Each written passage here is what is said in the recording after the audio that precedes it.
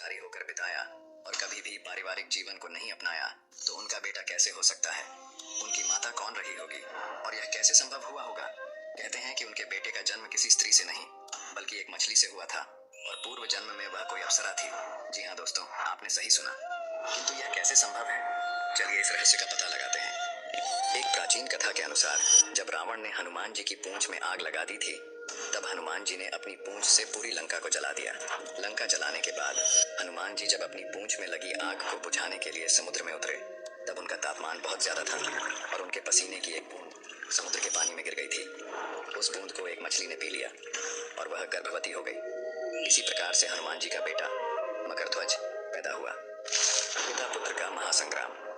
रामायण के अनुसार जब रावण राम जी के हाथों हारने लगा तो उसने पाताल लोक के स्वामी अहिरावण को राम और लक्ष्मण का अपहरण करने के लिए मजबूर किया। अहिरावण एक मायावी राक्षस राजा था और वह अपनी माया की शक्ति से किसी का भी रूप ले सकता था। उसने हनुमान जी का रूप धारण करके श्री राम और लक्ष्मण का अपहरण किया और उन्हें पाताल लोक ले गया। जब यह बात राम जी की वानर सेना में सबको पता चली तो सब जगह हल्ला मच गया। हनुमान जी उन्हें ढूंढते हुए पाताल लोक पहुंचे, जहां उन्होंने देखा कि वहां 7 द्वार थे और हर द्वार पर एक पहरेदार था। सभी पहरेदारों को हनुमान जी ने हरा दिया, लेकिन अंतिम द्वार पर उन्हीं के समान बलशाली एक वानर पहरा दे रहा था। वह वानर दिखने में एकदम हनुमान जैसा लग रहा था। यह देखकर हनुमान जी को आश्चर्य हुआ। उन्होंने जब उस वानर से परिचय पूछा तो उसने अपना नाम मकरध्वज बताया और अपने पिता का नाम हनुमान बताया। मकरध्वज के मुख से पिता के रूप में अपना नाम सुनकर हनुमान जी बहुत क्रोधित हो गए और बोले, यह असंभव है क्योंकि मैं आजीवन ब्रह्मचारी रहा हूँ। हनुमान का परिचय पाते ही मकरध्वज उनके चरणों में गिर गया और उन्हें प्रणाम कर अपनी उत्पत्ति की कथा सुनाई। यह सब सुनकर हनुमान जी ने मकरध्वज को अपने गले से लगा लिया और मान लिया कि वह उनका ही पुत्र है, लेकिन यह कहकर कि वह अभी अपने प्रभु श्री राम और लक्ष्मण को लेने आए हैं। जैसे ही द्वार की ओर बढ़े वैसे ही मकरध्वज उनका मार्ग रोकते हुए बोला, पिताश्री, यह सत्य है कि मैं आपका पुत्र हूँ, लेकिन अभी मैं अपने स्वामी की सेवा में हूँ, इसलिए आप अंदर नहीं जा सकते। इससे हनुमान जी प्रसन्न भी हुए थे। द्वारपाल से पाताल लोक के राजा तक का सफर। हनुमान ने मकरध्वज को अनेक प्रकार से समझाने का प्रयास किया, किंतु वह द्वार से नहीं हटा। तब दोनों में घोर युद्ध शुरू हो गया।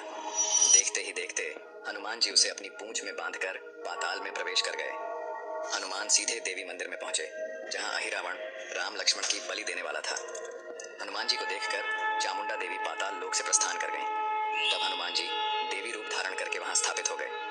कुछ देर के बाद अहिरावण वहां आया और पूजा अर्चना करके जैसे ही उसने राम लक्ष्मण की बलि देने के लिए तलवार उठाई वैसे ही भयंकर गर्जन करते हुए हनुमान जी प्रकट हो गए और उसी तलवार से अहिरावण का वध कर दिया। तो जब हनुमान ने राम लक्ष्मण को बंधन से मुक्त किया तब श्री राम ने पूछा, हनुमान, तुम्हारी पूंछ में यह कौन बंधा है? बिल्कुल तुम्हारे समान ही लग रहा है, इसे बंधन मुक्त कर दो। हनुमान ने मकरध्वज का परिचय देकर उसे बंधन मुक्त कर दिया। मकरध्वज ने श्री राम के समक्ष सिर झुका लिया।